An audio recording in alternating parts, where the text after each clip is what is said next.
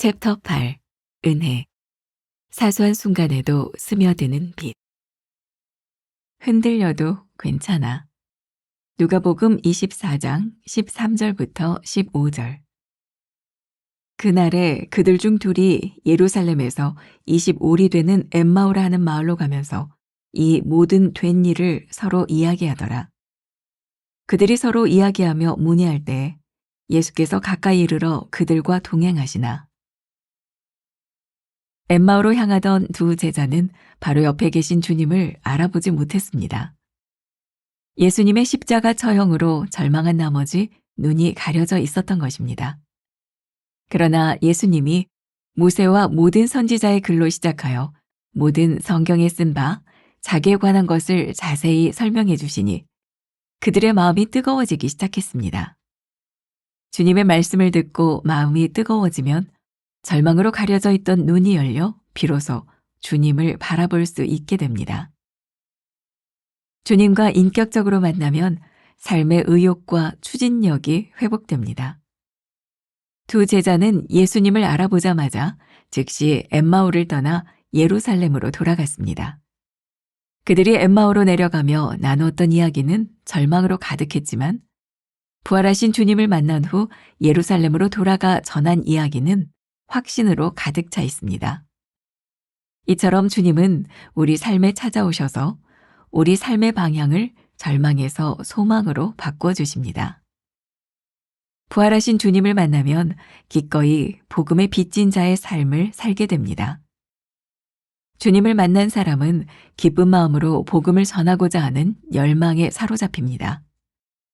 주님과의 만남은 우리 삶의 방향을 바꿀 뿐만 아니라 우리가 소유한 시간과 명예를 무엇을 위해 사용해야 할지에 대한 분명한 가치관을 심어줍니다. 부활의 주님이 우리 인생에 분명한 목적이 있음을 알려주시기 때문입니다. 주님으로 인해 절망에서 소망으로 바뀐 경험이 있습니까? 복음의 빚진 자의 삶을 살아가고 있습니까? 말씀을 통해 뜨거워진 마음으로 주님을 바라보고 있습니까? 오늘은 203번째 흔들려도 괜찮아 이런 제목으로 말씀을 나누어 보겠습니다. 우리가 며칠째 계속해서 괜찮지 않아도 괜찮아 이런 주제를 가지고 말씀을 나누고 있습니다. 사람들이 제일 듣고 싶어하는 말 가운데 하나가 그런 말이라 그러죠. 괜찮아. 그런데 우리가 어떤 상황에서 괜찮아 이런 말을 듣고 싶어 할까요? 사실 우리의 인생에 아무런 문제가 없을 때 괜찮아 이런 말은 큰 감동이 없는 말 같습니다. 그런데 괜찮지 않은 상황에서 괜찮아 이런 말을 듣는 것은 우리들에게 큰 위로가 되기도 합니다. 그런데 만일 이 괜찮아라고 하는 말이 어떤 현학적인 말로 또 그냥 한번 하는 의례적인 말로 우리들에게 들려진다고 하면 그것이 우리들에게 얼마나 큰 위로가 될 수 있을까요? 우리가 괜찮지 않아도 괜찮아 시리즈를 계속 말씀을 나누면서 깨닫게 되는 게 있죠. 괜찮지 않은 인생에 찾아오셔서 괜찮아 라고 말씀하셨던 주님은 우리의 인생을 바꾸어 주셨다는 거예요. 그러니 오늘 이 말씀을 이 아침에 나누고 있는 여러분들 가운데도 내 삶이 괜찮지 않아 라고 생각하는 사람들에게 그래도 괜찮아 라고 하는 주님의 말씀이 큰 위로와 힘이 되었으면 좋겠다는 생각을 합니다. 오늘 말씀의 주인공은 엠마오 마을로 가던 두 제자의 이야기입니다. 우리가 너무나 잘 알고 있는 이야기죠. 예수님께서 십자가에 달리셨다는 이야기를 듣고 실망한 채 엠마오를 향해 가고 있었던 사람.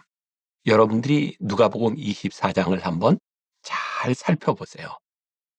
이들은 예수님이 십자가에서 죽었다, 돌아가셨다, 이 이야기만 듣고 실망한 것이 아니라 예수님이 살아나셨다라고 하는 이야기를 들었음에도 불구하고 역시 실망한 채 엠마오를 향해 가고 있었어요. 참 흥미롭죠?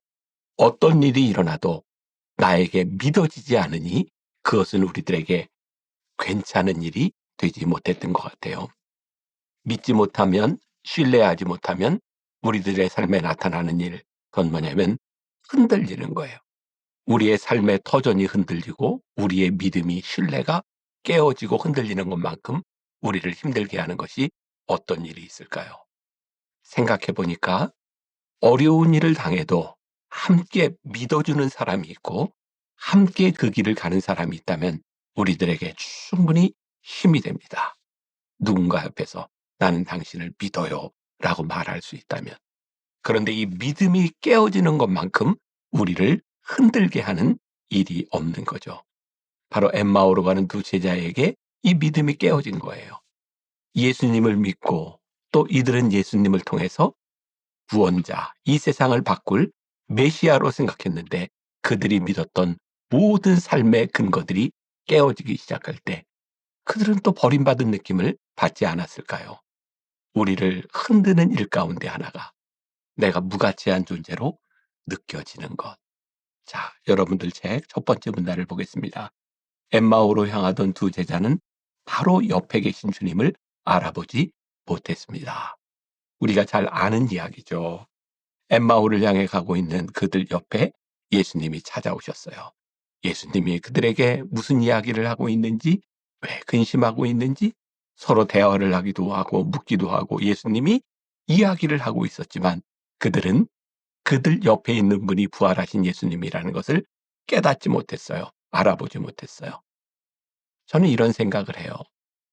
우리의 마음이 다치면 우리의 눈도 다치고 보이지 않는다. 사실 오늘 우리들에게 가장 큰 문제는 마음이 다친 일일지 몰라요. 우리 신앙인들 중에 많은 사람들이 하나님께 상처를 받아요. 왜 하나님께 상처를 받을까요? 내가 원하는 것들을 들어주시지 않는 하나님 때문에, 내 계획대로 일하시지 않는 하나님 때문에 상처를 받아요. 하나님께 상처를 받으면 우리의 마음이 하나님을 향하여 닫혀지게 되고 우리의 삶에서 일하시는 하나님의 손길을 깨닫지 못할 때가 많이 있어요. 한번 우리 깊이 우리의 마음속을 한번 들여다봅시다. 오늘 우리는 하나님 때문에 서운한 감정을 가지고 있는 것은 아닌지, 하나님 때문에 우리들이 상처를 받았다고 느꼈다는 것은 아닌지, 그렇다면 우리의 마음이 닫혀 있을 수 있는 확률이 참 많아요. 우리의 마음이 닫혀지는 순간 단순히 우리의 사업이 되지 않고 우리의 마음이, 우리의 몸이 아프고 이런 것을 떠나서 우리의 마음이 닫혀질 때에 하나님의 일하심이 보이지 않고 서운한 마음이 든다. 먼저 첫 번째 점검 포인트는 우리의 마음이 하나님을 향하여 닫혀지지 않았는가 한번 생각해 보라. 두 번째 문단, 주님과 인격적으로 만나면 삶의 의욕과 추진력이 회복됩니다. 자, 우리가 엠마오 마을을 향해 가고 있던 두 제자를 통해 우리들이 깨닫게 되는 거죠. 그들이 부활하신 주님임을 알아보게 되었을 때 그들은 다시 엠마오를 향해 내려가던 인생이 예루살렘을 향해 올라가는 인생으로 변하게 되죠. 주님이 어떤 분이신지를 깨닫게 되었을 때, 부활하신 주님을 만나게 되었을 때 그들의 삶의 의욕과 추진력이 회복되는 것을 보게 됩니다. 다른 말로 얘기하면 그들이 가야 될 길에 대한 확신이 생겼다는 얘기죠. 이 확신이 생겼다고 하는 이야기는 주님과의 신뢰가 회복되었다는 거예요. 주님을 인격적으로 만난다. 아, 주님이 이런 분이시구나. 주님이 믿어지게 되고 주님이 부활하셨구나. 라는 것을 깨닫는 순간 그들의 삶의 추진력을 얻게 됩니다. 우리들이 이런 믿음, 괜찮은 인생을 살아가기 위해서는 한 번에 되는 것이 아니라 때때로 우리들에게 시간이 필요한, 신뢰를 만들어가는 그런 시간이 필요한 때가 있다는 생각이 들어요. 그러니 저와 여러분들 통틀어서 혹시 오늘 우리가 실망의 시간을 지나갈 때에 너무 실망하지 말자. 야, 우리들에게도 시간이 필요하겠구나. 요한복음 6장 60절부터 말씀해 보면 이런 구절이 있어. 60절. 제자 중 여럿이 듣고 말하되 이 말씀은 어렵도다. 누가 들을 수 있느냐 한데. 66절부터. 그때부터 그의 제자 중에서 많은 사람이 떠나가고 다시 그와 함께 다니지 아니하더라. 예수께서 12 제자에게 이르시되 너희도 가려느냐? 시몬 베드로가 대답하되 주여 영생의 말씀이 주께 있사오니 우리가 누구에게로 가오리이까? 우리가 주는 하나님의 거룩하신 자인 줄 믿고 알았사옵나이다. 예수님을 떠나갔던 많은 사람들은 예수님이 믿어지지 않는 거예요. 예수님께 대한 신뢰가 생기지 않는 거예요. 그래서 예수님을 떠나갑니다. 근데 그때 예수님을 따랐던, 예수님이 하시는 일을 눈에서 직접 보았던 베드로와 제자들은 그들의 마음속에 확신이 있었어요. 누가 주님을 떠나겠습니까? 그런데 우리가 알고 있지만 예수님과의 공생의 이런 3년의 과정, 그리고 십자가에 달리시는 이런 과정들 가운데서 제자들은, 이렇게 말을 했던 제자들의 마음이 흔들렸던 순간들이 얼마든지 있어요. 그러니 우리들이 흔들리는 것이 힘들기는 하지만 그것이 끝이 아니라 흔들림의 시간을 통하여 우리들이 주님을 좀 더 알아갈 수 있다면 우리들에게 확신이 있지 않겠는가. 분명한 것은 우리의 속에 확신이 들 때 우리들의 삶에 소망도 보이게 된다는 거죠. 제가 만나교회 목회를 하면서 참 힘들었던 순간이 있어요.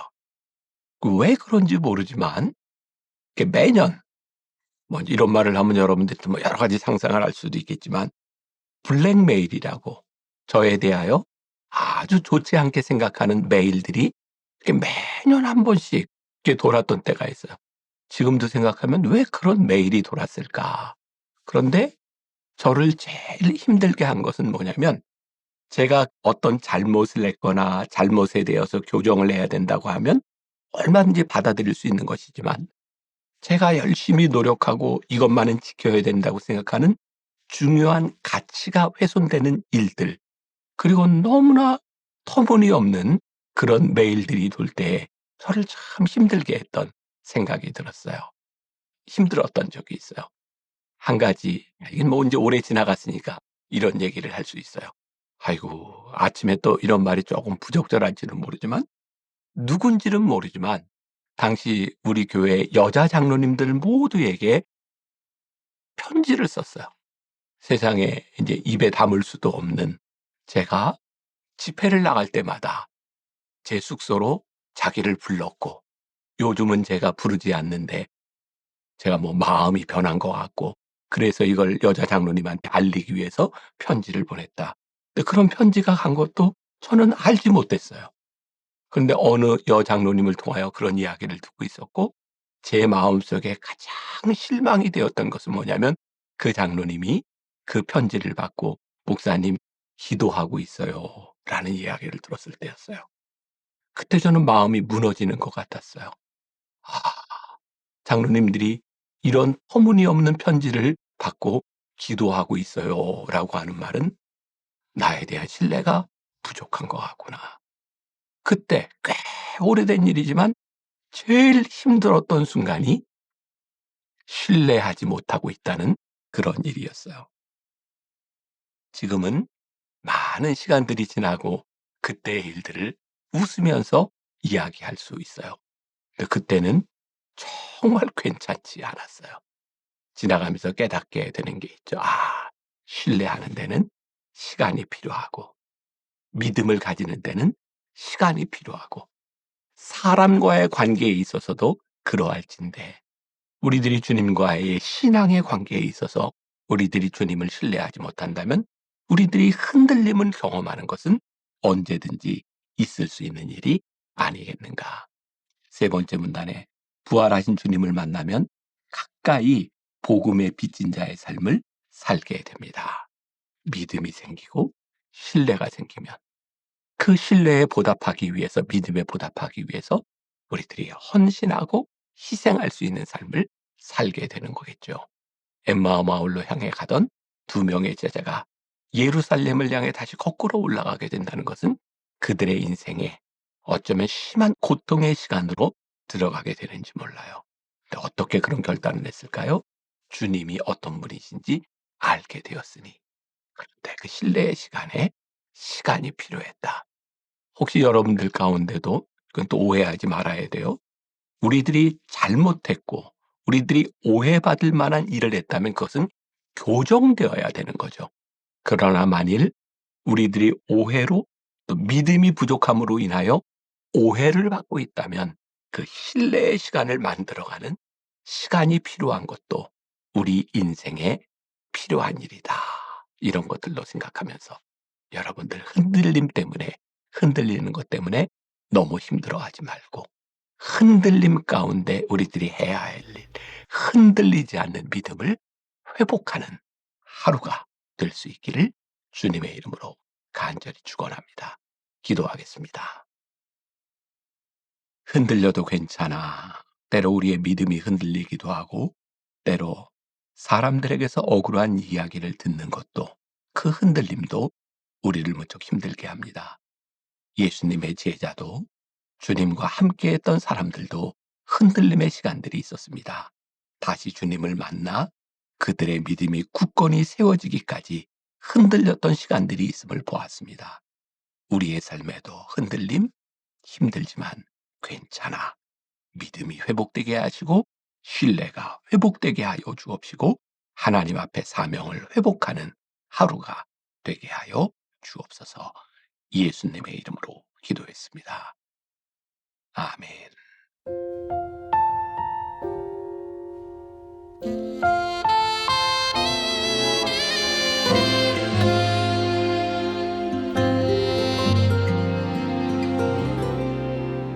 메마른 영혼을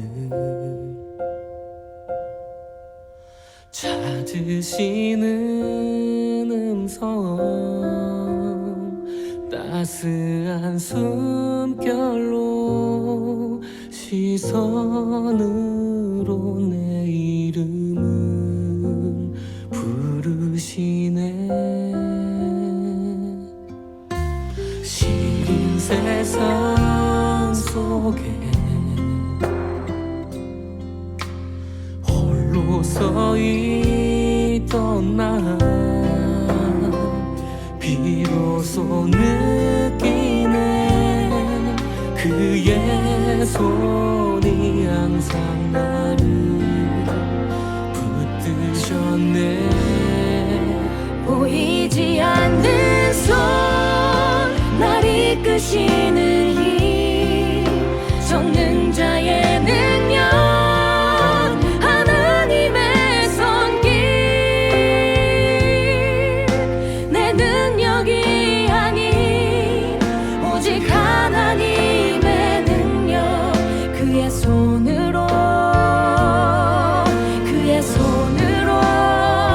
인도하네.